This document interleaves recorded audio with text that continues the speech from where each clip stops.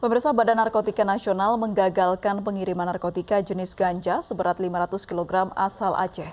Pelaku menyamarkan pengiriman ganja di bawah tumpukan pisang dan hasil bumi.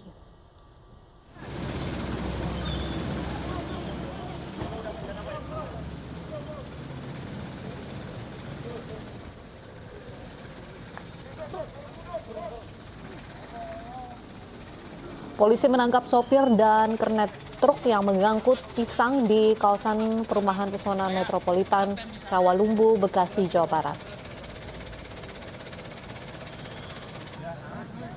BNN mendapat informasi ada pengiriman narkotika jenis ganja asal Aceh. Petugas pun menurunkan anjing pelacak untuk mencari keberadaan ganja.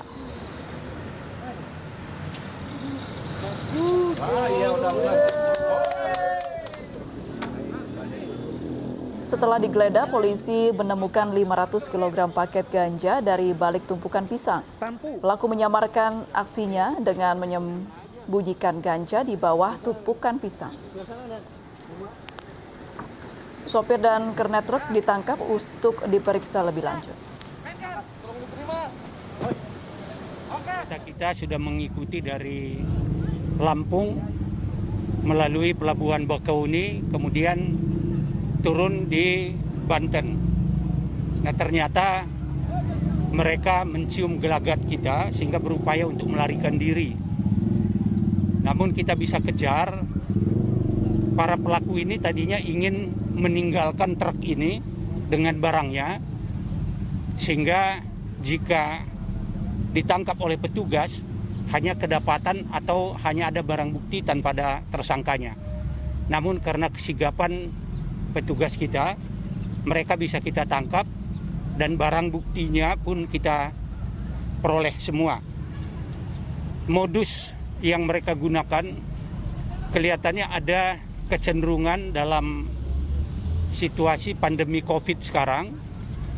Para sindikat narkoba memanfaatkan situasi ini dengan menggunakan alat angkut transportasi yang berisi hasil pertanian. Ya, selangkah lagi Bobi Nasution akan mendapat rekomendasi untuk bertarung di Pilkada Medan 2020. PDI Perjuangan akan mengumumkan calon-calon yang diusungnya, termasuk untuk Pilkada Medan besok.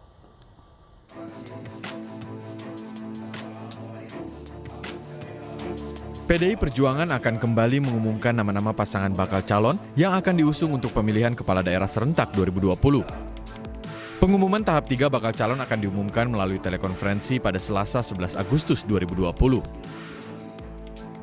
Menurut Wakil Ketua DPD PDI Perjuangan Sumatera Utara bidang komunikasi, menantu Presiden Joko Widodo Bobi Nasution akan disandingkan dengan kader Gerindra Aulia Rahman untuk bertarung di Pilwakot Medan akhir tahun nanti.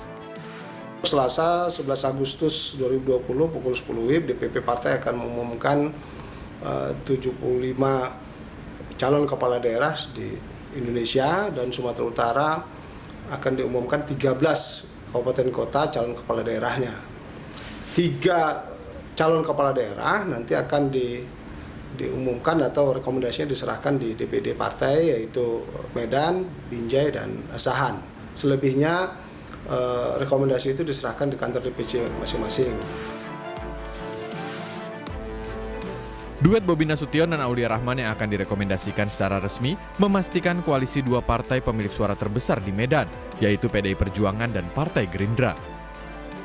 Di luar itu, sejumlah partai lain juga sudah menyatakan dukungannya kepada Bobi. Kita sudah memutuskan mendukung Kota Medan, Bobi. Ya, karena begini ya. Saya mendukung Bobi PAN ini. Kita ingin pilkada ini kan pemilihan wali kota Medan itu ya. Yang siap, yang paling mampu bisa membawa perubahan. Kita tidak ingin nanti di Kota Medan itu diadu perang ras, perang suku, perang agama. Medan ya kita sudah mendukung Pak Bobi. Untuk wakilnya sendiri? Wakilnya diserahkan kepada Pak Bobi. Apakah wakil itu akan berasal antara dari partai PDIP atau dari Gerindra, Pak? Dari manapun yang dipilih oleh wali kota. Untuk maju dalam Pilkada Medan sedikitnya membutuhkan dukungan 10 kursi DPRD atau 20% dari jumlah total anggota. PDI Perjuangan dan Gerindra sebenarnya bisa mengusung pasangan calon sendiri, namun jalur koalisi dengan partai lain bisa mengurangi tekanan persaingan. Sementara Bobi Nasution hampir pasti akan mendapat perlawanan dari koalisi PKS dan Partai Demokrat. Keduanya sepakat mengusung Ahyar Nasution, petahana yang sebelumnya adalah kader PDI Perjuangan. Tim Liputan iNews melaporkan. Partai Solidaritas Indonesia resmi mendukung Gibran Rakabuming Raka di Pilkada Surakarta. Dukungan diserahkan oleh Ketua DPD PSI Surakarta Antonius Yugo di lapangan Sriwedari pagi tadi.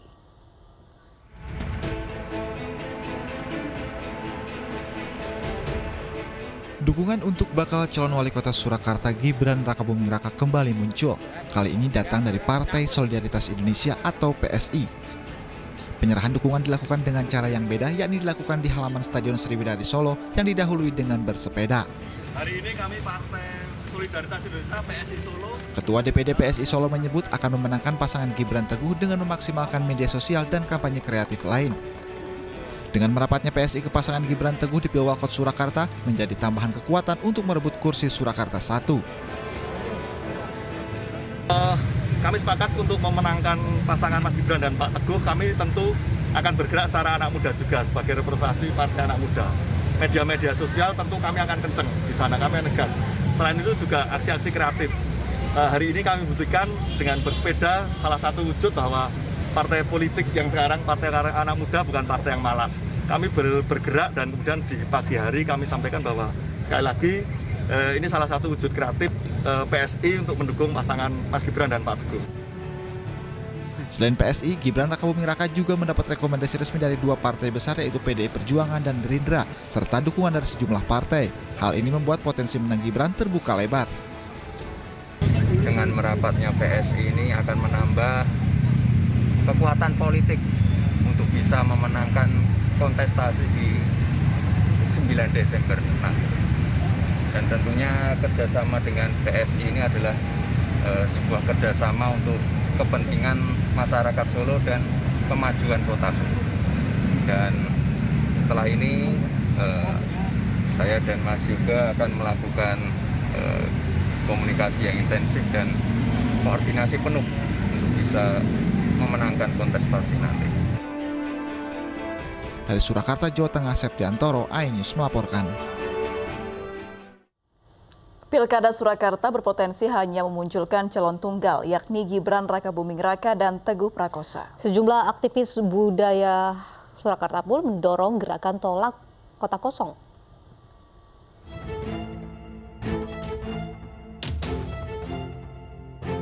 Potensi munculnya calon tunggal dalam Pilkada Surakarta 2020 menuai kritik dari berbagai pihak. Salah satunya dari kalangan aktivis budaya Surakarta yang kini mendorong gerakan kota kosong. Gerakan kota kosong diprakarsai aktivis budaya Surakarta Zen Zulkarnain sebagai bentuk kritik atas jalannya Pilkada Surakarta 2020. Zen mengatakan munculnya calon tunggal adalah bukti sistem demokrasi tidak berfungsi dan tidak sehat. Sementara itu, Gibran Rakabuming Raka, bakal calon wali kota Surakarta dari PDI Perjuangan, enggan menanggapi masalah kota kosong. Gibran justru memberikan semangat kepada kontestan lain, yakni pasangan Bagio Wahyono dan FX Suparjo atau Bajo, yang kini tengah menjalani verifikasi di KPU Surakarta. Ini kan sedang ada calon independen yang sedang berjuang. Jangan mengeluarkan statement atau narasi seperti itu nggak menghormati kontestan lain namanya. Dari 45 kursi DPRD Surakarta, 30 diantaranya adalah PDI Perjuangan. Disusul PKS 5 kursi, PAN, Golkar, dan Gerindra masing-masing 3 kursi, dan 1 kursi dari PSI. Hal ini membuat partai di luar PDI Perjuangan kesulitan mengusung calon pada Pilkada Surakarta 2020. Sebelumnya pasangan calon dalam Pilkada melawan kota kosong pernah terjadi di pemilihan Wali Kota Makassar, Sulawesi Selatan tahun 2018. Saat itu paslon tunggal Munafri Arifuddin Rahmatika Dewi memperoleh 264.245 suara atau 47%. Sementara kota kosong ditetapkan sebagai pemenang dengan 300.795 atau 53% suara. Tim Liputan iNews melaporkan. Mengapa muncul gerakan kota kosong lawan Gibran di Surakarta? Kami akan membahasnya bersama penggagas gerakan kota kosong lawan Gibran, Zen Zulkarnain, dan Ketua DPP PDI Perjuangan Syukur Nababan. Selamat sore Bapak, Assalamualaikum. Waalaikumsalam, selamat sore. Baik, saya ke Pak Zen terlebih dahulu. Pak Zen, apa tujuan Anda dan juga aktivis lainnya mengkampanyekan kota kosong di Pilkada Surakarta? Yang pertama, kota kosong adalah hal yang konstitusional, yang apabila ada calon tunggal, itu secara konstitusi memang akan berhadapan dengan kota kosong. Artinya langkah-langkah mendukung kota kosong adalah langkah-langkah yang konstitusional. Kemudian juga untuk memberi saluran kepada masyarakat warga Solo yang merasa aspirasinya tidak terwakili. Kemudian juga merasa bahwa jalannya proses-proses pencalonan pilkada ini sangat elitis yang membuat demokrasi dirasa kurang sehat. Itu mungkin, Mbak. Mengapa Anda begitu yakin begitu hanya ada calon tunggal, mengingat sebenarnya ada calon independen yang akan juga rencananya akan maju di Pilkada Surakarta ini? Oh, bukan masalah yakin ya. Kalau nanti pastinya tentu kita tunggu jadwal dari KPU awal September. Tapi kan teman-teman sudah berdialog, misalnya ada calonnya akhirnya calon tunggal, ya teman-teman sebagian teman-teman berpendapat bahwa menarik apabila kita memberi koreksi melalui kotak kosong, memberi koreksi pada elit partai, elit politik untuk lebih mendengarkan aspirasi yang dari bawah. Mungkin seperti itu. Baik, Pak Zen, apa sih target dari gerakan kota kosong lawan Gibran ini, Pak? Targetnya ya memberi koreksi. Jadi kalau kotak kosong memiliki suara, syukur-syukur banyak atau menang, artinya cara-cara model-model demokrasi yang sekarang ditempuh ini, itu wajib dikoreksi bersama karena rakyat nyatanya lebih memilih kotak kosong. Kan seperti itu. Apabila ternyata kotak kosong berhadapan dengan kotak kosong nol atau cuma ada suara satu saya saja, oh berarti senang masyarakat dengan seperti itu. Berarti mungkin 10 tahun atau 5 tahun lagi mungkin adiknya Gibran atau mungkin nanti saudaranya wakil presiden atau para elit silahkan. Berarti rakyat memang mendukung. Tapi apabila kotak kosong ada suaranya, itu kan menjadi bentuk koreksi dari masyarakat sipil untuk para elit. Berarti ini stimulus untuk menyadarkan masyarakat begitu ya? Betul. Baik, saya ke Pak Sukur Nababan. Pak Sukur, ini demokrasi tidak sehat begitu kata Pak Zen dengan jika nantinya hanya akan ada calon tunggal begitu, Gibran dan juga Teguh. Terima kasih, selamat sore Jen Zulkarnain juga selamat sore. Sore, Pak. Ya, setiap orang bisa berbicara dan berpendapat apapun karena hak berbicara itu adalah hak setiap warga negara, termasuk juga Pak Jen Zulkarnain bersama dengan teman-teman. Nah, tetapi saya perlu tegaskan undang-undang kita bahwa di pilkada setiap partai politik berhak mencalonkan dan harus mencalonkan setiap warga negara untuk menghadapi kontestasi politik pada saat pilkada. Itu poin pertama. Poin yang kedua, tentu selain melalui partai politik, setiap calon itu juga bisa melalui jalur independen. Nah, itu juga syaratnya sudah diatur oleh undang-undang kita. Nah, di dalam proses penjaringan setiap calon kepala daerah di setiap daerah, saat ini kita menghadapi 270 pilkada. Nah, tentu saja setiap partai politik memiliki mekanisme sendiri bagaimana proses penjaringan sampai keputusan. Nah, di setiap kesempatan kami selalu menjelaskan proses di PDI Perjuangan itu terbuka. Misalnya Mas Jen kemarin ya atau siapapun yang rakyat Indonesia berhak mendaftar melalui PDI Perjuangan jika ingin menjadi calon kepala daerah dimanapun mereka berada. Nah, tentu proses penjaringan penyaringan itu dimulai dari tingkat kabupaten kota, mulai di PC kami itu semua diterima pendaftaran, nah terus kemudian diberkaskan, nah tetapi tanpa membuat sebuah keputusan, baru kemudian masuk ke Dewan Pimpinan Daerah atau di level provinsi. Nah, masyarakat juga yang ingin mendaftar menjadi calon kepala daerah masih memiliki peluang mendaftar melalui Dewan Pimpinan Daerah kami di tingkat provinsi. Nah, kemudian setelah itu dikumpulkan semua masukan-masukan dari masyarakat tersebut, kemudian diserahkan di Dewan Pimpinan Pusat Partai. Nah, saya sebagai Ketua DPP, sebagai salah satu pengambil keputusan, melihat seluruh track record daripada seluruh calon-calon yang masuk mulai dari tingkat cabang sampai kepada provinsi.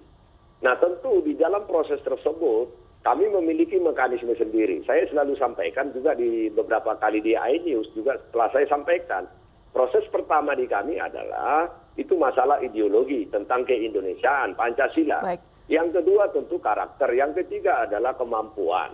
Nah, terkait dengan Gibran, kalau dikatakan tidak demokratis ini elit politik, nah tentu ya saya berkeberatan dengan statement itu. Tetapi seperti yang saya katakan tadi, siapapun berhak untuk mengatakan apapun. Nah, untuk terkait dengan kotak kosong, itu juga sudah diatur di Undang-Undang Nomor 10 Tahun 2016, bagaimana peraturan jika seandainya misalnya seluruh partai politik mendukung satu calon. Tetapi sesungguhnya kalau kita lihat seluruh partai politik mendukung suatu calon, nah sementara perbedaan kepentingan partai politik itu kan pasti berbeda. Berarti sesungguhnya kan bahwa calon itu adalah yang terbaik sesungguhnya kalau kita lihat dari sudut pandang itu. Tetapi saya tidak mau masuk ke ranah sana. Pak Syukur, tapi ada anggapan gerakan Kota Kosong lawan Gibran ini untuk melawan adanya oligarki atau politik dinasti begitu? Saya sudah sampaikan tadi, di beberapa kali juga saya sampaikan proses mekanisme itu ada di setiap partai politik dan mekanisme di kami saya sudah sampaikan. Saya sebagai salah satu ketua Dewan Pimpinan Pusat Partai PDI Perjuangan, ya, yang melakukan seleksi pengurutan dan keputusan 270 pilkada di seluruh Indonesia, di mana juga kami besok mengumumkan 75 daerah, ya, ini pada gelombang ketiga, itu mekanismenya jelas. Nah, saya memutuskan dan mendukung Mas Gibran sebagai calon kepala daerah di pilkada Kota Solo bukan karena beliau sebagai putra presiden. Tapi memang karena sudah ada mekanisme yang sudah dijalankan begitu ya, Saya bisa ya? jelaskan sekarang beberapa parameter kenapa saya memutuskan mendukung Gibran dan saya sampaikan juga di rapat pleno DPP. Nah, itu diputuskan bersama dengan Ketua Umum. Pertama adalah Gibran itu memiliki karakter yang sangat kuat sekali. Dia tidak pernah, dia ikuti semua proses itu. Dia tidak pernah mempergunakan kekuasaan untuk proses mendapatkan legitimasi. Saya kembali ke Pak Azian. Pak Azian, dengan adanya mekanisme yang sudah dijalankan dan memang Kota Kosong ini bukan berarti salah dari peraturan, sudah ada peraturan yang mengaturnya begitu. Ya, memang betul yang diutarakan secara prosedural tidak ada yang dilanggar, tidak melanggar konstitusional. Saya tidak mengatakan itu salah. Kita bicara ke substansial dan ke perspektif masyarakat, terutama dalam konteks Pilkada Solo, tentu masyarakat Solo. Tentu partai-partai politik boleh mempunyai pendapat bahwa ini yang terbaik, tapi masyarakat juga mempunyai perspektifnya sendiri, mempunyai persepsinya sendiri. Nah, persepsi masyarakat Solo terhadap hal ini tentunya akan bisa tersalurkan, akan bisa memiliki tolok ukur dengan harapannya di kotak kosong itu. Apabila kotak kosongnya banyak, ya berarti nggak nyambung nih persepsi antara masyarakat dengan partai politik, kan seperti itu. Jadi mungkin pikiran-pikiran Pak Syukur yang terhormat dan kawan-kawan di partai ternyata bisa dicek, bisa diuji melalui kotak kosong. Apakah nyambung atau tidak. Kalau ternyata kotak kosongnya 0 atau cuma 1, suaranya cuma saya saja. Oh, berarti benar itu dari statement-statement itu kan semuanya perlu diuji. Dan seperti juga Gibran maju dengan prosedural yang secara prosedural betul, tidak melanggar secara aturan partai, ya benar itu haknya partai. Tetapi juga dukungan terhadap kotak kosong juga konstitusional dan perlu dihormati juga. Jadi ditanggapi santai saja, saya pikir. Ya, dan kalaupun itu memang saya yakin, boleh saya tambahkan, saya sepakat dengan dikatakan Mas Jen tadi, Mas Jen Zulkarnain, bahwa itu adalah sesuai dengan konstitusi. Dan ini saya mau tegaskan bahwa yang memutuskan siapa menjadi wali kota di sebuah daerah atau bupati di sebuah daerah bukan partai politik. Partai politik hanya bisa menyampaikan kepada masyarakat. Yang memutuskan itu menjadi kepala daerah terpilih adalah rakyat. Maka keputusan hak mutlak di tangan rakyat. Seandainya terjadi kotak kosong, betul Mas Zulkarnain. Kalau misalnya suara kotak kosong lebih besar 50%, maka yang kalah, yang menang itu adalah kotak kosong. Jadi maka Pak Zen, Anda berharap bahwa lagi kotak kosong nanti yang menang di Pilkada Surakarta akhir tahun nanti? Di Pilkada Surakarta? Minimal itu menjadi koreksi. Jadi begini, betul yang memilih nanti rakyat, bukan partai politik. Tetapi pilihan rakyat itu yang nyodorin partai politik, disodorin satu. Kalau nggak doyan kan berarti milih kotak kosong. Dan kalau kotak kosongnya menang, ya itu koreksi yang cukup keras untuk partai politik, dan itu bagus untuk demokrasi, supaya para elit partai juga mempunyai media untuk mengkoreksi mereka bahwa ternyata yang selama ini dianggap menyuarakan aspirasi masyarakat dengan kotak kosong yang besar atau bahkan menang itu berarti perlu dikoreksi. Ada yang nggak nyambung antara aspirasi masyarakat dengan apa yang selama ini dipikirkan oleh para elit. Baik. Saya pikir itu sisi positifnya. Pak Zen, apa sih yang paling mengganjal untuk teman-teman di Gerakan Kota Kosong lawan Gibran ini? Karena melihat Gibran sudah melalui mekanisme yang ada dan juga tentunya dengan kualitas yang mumpuni juga begitu. Bagian masyarakat Solo, terutama para aktivis kota, budayawan, seniman dan sebagainya, sebagian itu mengenal Pak Jokowi karena mereka ini adalah wali kota. Rata-rata juga pendukung Pak Jokowi, mempunyai harapan yang besar Pak Jokowi akan memberantas korupsi, nepotisme dan sebagainya. Dan mereka mempunyai persepsi dan majunya Gibran itu sebenarnya melegitimasi nepotisme, walaupun itu dibantah, itu menjadi debatable. Saya nggak mau masuk ke debat bahwa ini politik dinasti atau bukan, tapi itu persepsi sebagian masyarakat dan itu cukup mengganjal. Pak Syukur, ini banyak anggapan bahwa Pilkada Surakarta ini hanya sebatas formalitas karena dengan hampir semua partai politik mendukung Gibran, kemudian kekuatan PDI Perjuangan di Surakarta, kemudian Jokowi efek, begitu hampir sudah dapat dipastikan siapa pemenangnya. Loh, tadi, jadi ini ulangin lagi, belum tentu Gibran menang, tetapi saya mau sampaikan, saya tidak mau masuk ke partai-partai yang memberikan dukungan kepada Mas Gibran. Tentu yang bisa saya komentari adalah proses di tempat saya, dan saya sudah menjelaskan itu faktor pengambilan keputusan di kami kenapa menjadi Mas Gibran yang kami usung. Tetapi saya senang apa yang disampaikan oleh Mas Jen Zulkarnain tadi, artinya ini menjadi sebuah pendidikan politik kepada masyarakat, bahwa jika ada satu calon, masyarakat juga punya hak pilih untuk tidak memilih orang tersebut. Nah, itu bagus. Nah, artinya saya tidak keberatan dengan gerakan itu, tidak ada masalah dengan itu. Itu akan menjadi sebuah pendidikan politik bagi masyarakat kita. Baik. Pak Zen, mengapa Anda sampai punya dan juga teman-teman penggagas kampanye Kota Kosong ini sampai punya anggapan bahwa kalau tidak ada penyimbang, tidak ada lawan, begitu ini menjadi indikasi tidak sehatnya demokrasi? Ya, kita punya pengalaman ya, kekuasaan yang terpusat mutlak itu seperti apa. Demokrasi saya pikir membutuhkan penyeimbang. Itu saya pikir hal yang sudah diketahui bersama bahwa tidak kekuatan yang sangat terpusat dan mutlak itu sangat berisiko untuk demokrasi yang sehat. Satu itu. Kemudian dengan adanya gagasan Kota Kosong ini sebenarnya juga meningkatkan partisipasi masyarakat terhadap pilkada ini sendiri. Sehingga masyarakat tidak perlu golput atau tidak perlu apatis.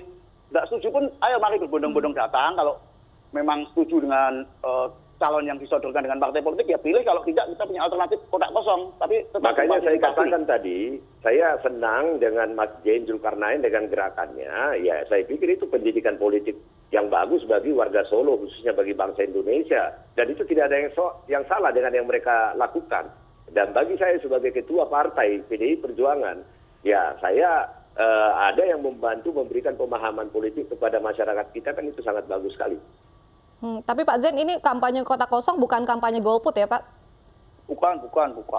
Jelas beda kan, Kota Kosong dengan golput jelas beda, dan golput itu beda sekali. Nggak boleh dikampanyekan juga. Jadi Mas ini cuma intinya kampanyenya begini loh Mbak. Datang ke TPS, pilih Gibran atau pilih gambar kosong, itu saja. Nah, kalian punya hak untuk memilih itu sebenarnya, dan itu saya pikir bagus untuk demokrasi kita. Baik, Pak Zen, berapa banyak sih yang sudah mendukung gerakan Kota Kosong lawan Gibran ini?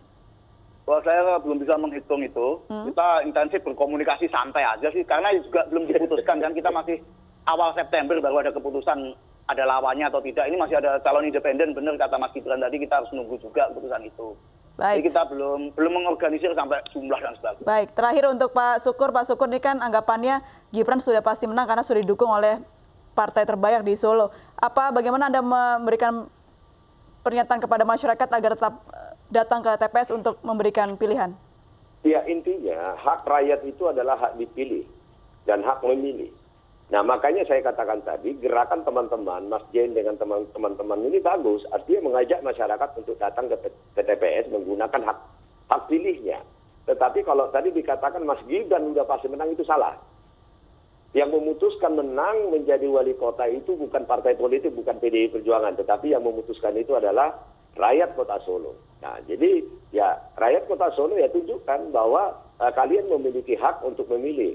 Untuk memutuskan siapa yang menjadi pemimpin nanti ke depan. Jika setuju dengan yang ditawarkan PDI Perjuangan, ya pilih Gibran. Baik, terima kasih. Pak Syukur, terakhir Pak Zen, mungkin ada yang mau disampaikan? Ya, saya pikir apapun itu, saya berharap di Solo pilkada ini berjalan lancar, damai, dan santai-santai saja, nggak perlu saling bekeng. Silakan yang mau kotak kosong, silakan yang memilih atau nanti kalau ada calon lagi.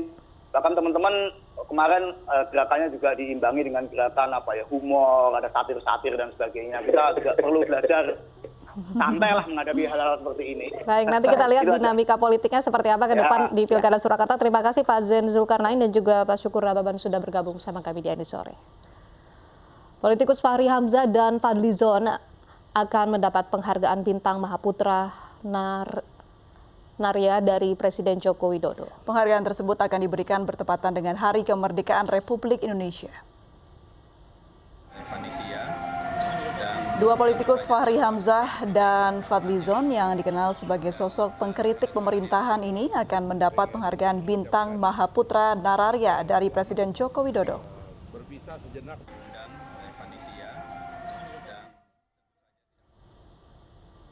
Hal ini disampaikan Menko Polhukam Mahfud MD melalui akun Twitternya. Mahfud MD menyebut penghargaan bintang tanda jasa itu akan diberikan kepada Fahri Hamzah dan Fadlizon di hari ulang tahun kemerdekaan Republik Indonesia 17 Agustus mendatang.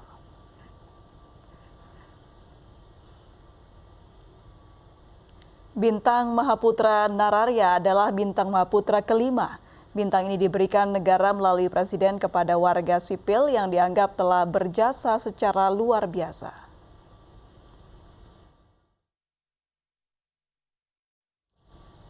Masyarakat anti korupsi menyerahkan 4 nama yang diduga terlibat pelarian Joko Chandra. Informasi selengkapnya di Eni Sore saat lagi.